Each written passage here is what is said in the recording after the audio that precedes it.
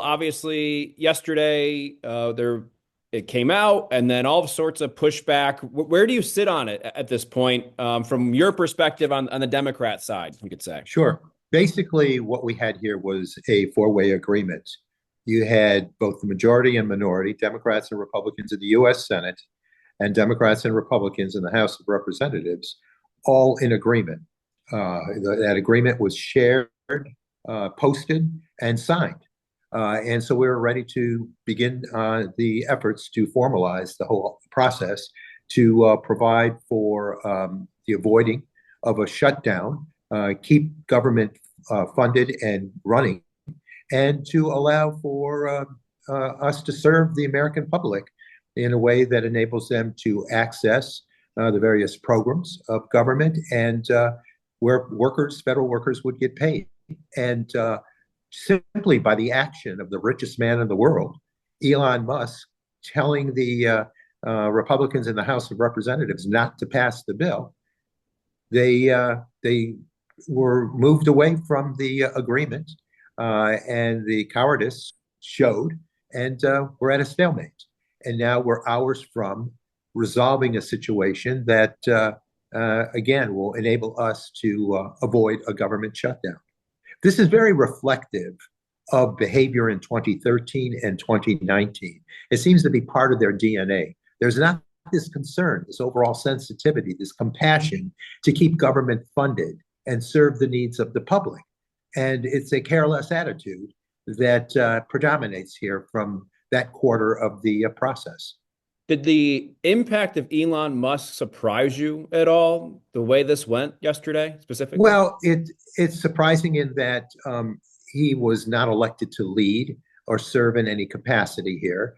He is the richest person in the world who may not need services and could care less about a tax, a program impact, or a shutdown. So yes, that is surprising, and surprising that the reaction here was so quick and so across the board.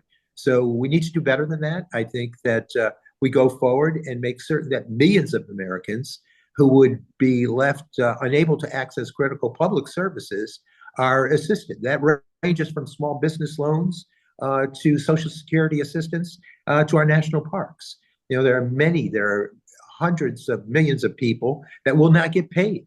And that is unfair. That's, it's an impact of air traffic controllers, you name it. It's an impact on farm programs, because the Farm Bill also, which is part of that agreement, is sunsetting. And it is important for us to continue that opportunity, that assistance to the farm community, making certain they can carry on with business. And if you impact them, you can impact their operations coming into the spring of the year. So a lot of this has consequential outcomes, and we need to make certain that hunger programs are funded. That's part of the Farm Bill. They drag their feet throughout the 118th session of Congress. We did not get the budget work done. We had to resort to a CR, to a continuing resolution, and we had to make certain that we avoided the sunset of the Farm Bill. So that was part of the agreement here, to extend the Farm Bill for another year. A lot of work done here to make up for the process that was so dysfunctional through the 118th session of Congress. It's interesting. Yesterday, I spoke to the commissioner of the Department of Agriculture in New York State. I said, "What's your message to lawmakers about the Farm Bill?" He said, "Just get it done." Exactly. That's the urgency around it, right? A short while back, we had several hearings in the district, in the 20th congressional district, about the Farm Bill, just what people wanted to see as priorities and what the solutions might be and what they were urging the outcome to look like. There was a lot of talk about farm programs, making certain that we assist our farmers. They're a very important part of our upstate economy. There was talk about hunger programs and the need to make certain that we make the fundings of these programs available. So all of that was not, they were stonewalled routinely. We should have had this Farm Bill done a long time ago. We were stonewalled by the Republican majority, and they are showing that they're incapable of being able to lead us through the process of providing for a government continuation, to put a budget process together, to nail down the Farm Bill, These are things that are very important. They have, a lot of concern. A lot of people have a lot of concern about disaster relief. Now, many sections of the country were impacted by flooding, by wildfires, and the like. Certainly in the Southeast with the impact of Hurricanes Helene and Milton, there was a lot of damage. But New York State stands to gain $4.2 billion in assistance to the communities of New York that were devastated by significant flooding this summer. So there's a package here that responds to all the 50 states and making certain that people are given the programmatic response that they require and deserve. This is, again, reflective of 2013, 2019, just a heartlessness about, what the impact might be to families that we represent, working families, the people of America that require this plan to be adopted. To keep that, what's about 100 billion for the disaster relief, farmer aid, that kind of thing. To keep that, would you remove one of the aspects that came out was a salary increase? To keep that funding in there, would you remove the salary increase this time around? We had put together a negotiated package. The COLA adjustment is compliance with the law. There were agreements, bipartisan, bicameral, all signed off. We needed to go forward with that package that was presented. Now, when you start having the richest person in the world telling you you're going to do it differently, and when you show cowardice here to that whole request, it's thrown a whole process. And then shortly thereafter, not to be outdone, the president-elect decides he's going to put in some other topics that were not discussed.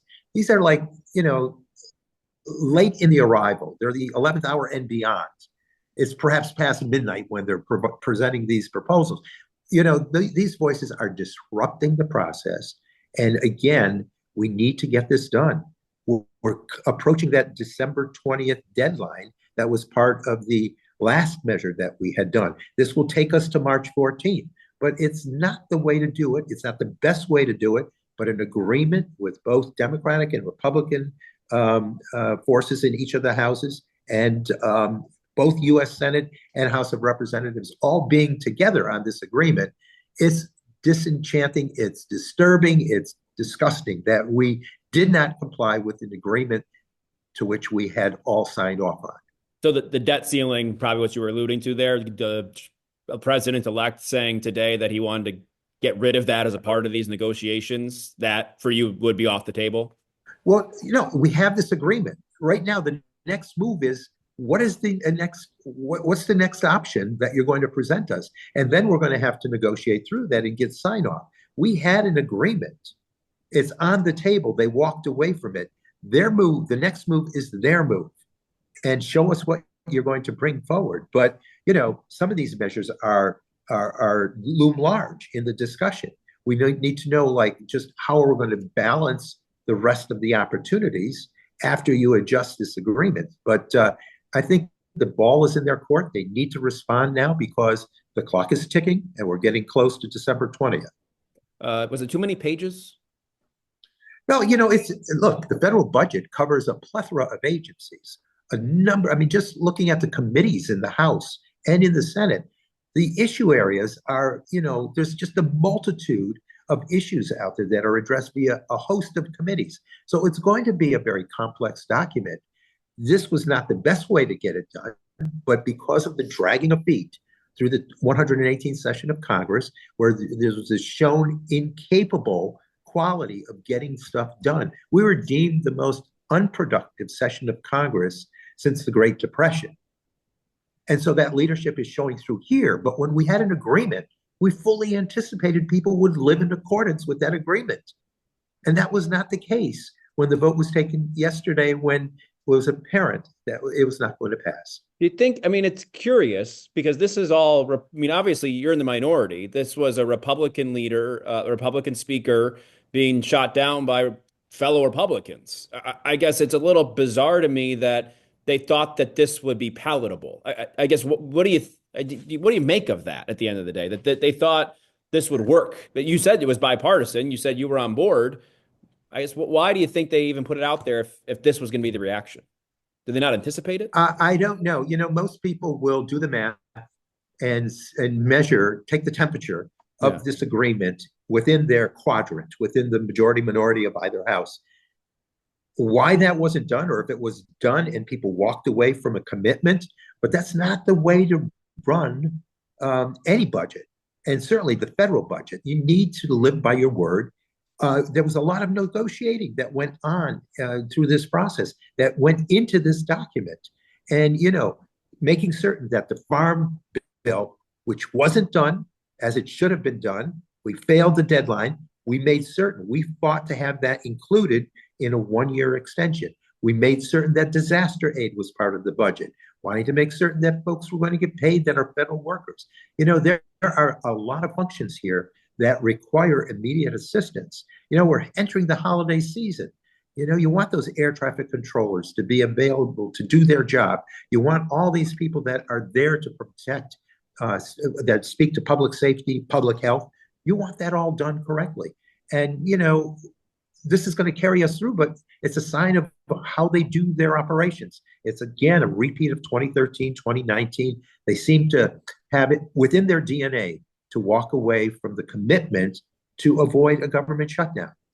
Yeah, my last question is about that. I've got friends, family that would be impacted by this, that work for the federal government and say, they just got Christmas gifts for their kids and, they've got to get this next paycheck or the one after that. I guess, how concerned would you be? I know some have floated out there, shut down the government until Trump takes office. How much of an impact do you think that would have? Oh, I think it's a terrible impact. It's one that really, affects Social Security. It affects small business loans. It affects the farmers if they need to make orders, that they need to have assistance with various farm programs, ag programs. USDA would have a difficult time to move forward. I mean, it's all about government chaos. It throws our nation into a crisis and our government into chaos. And they don't seem to care because this has been repeated over and over in a short cycle that, I have seen over the last decade plus. All right, Congressman, thanks for your time. Appreciate it. My pleasure.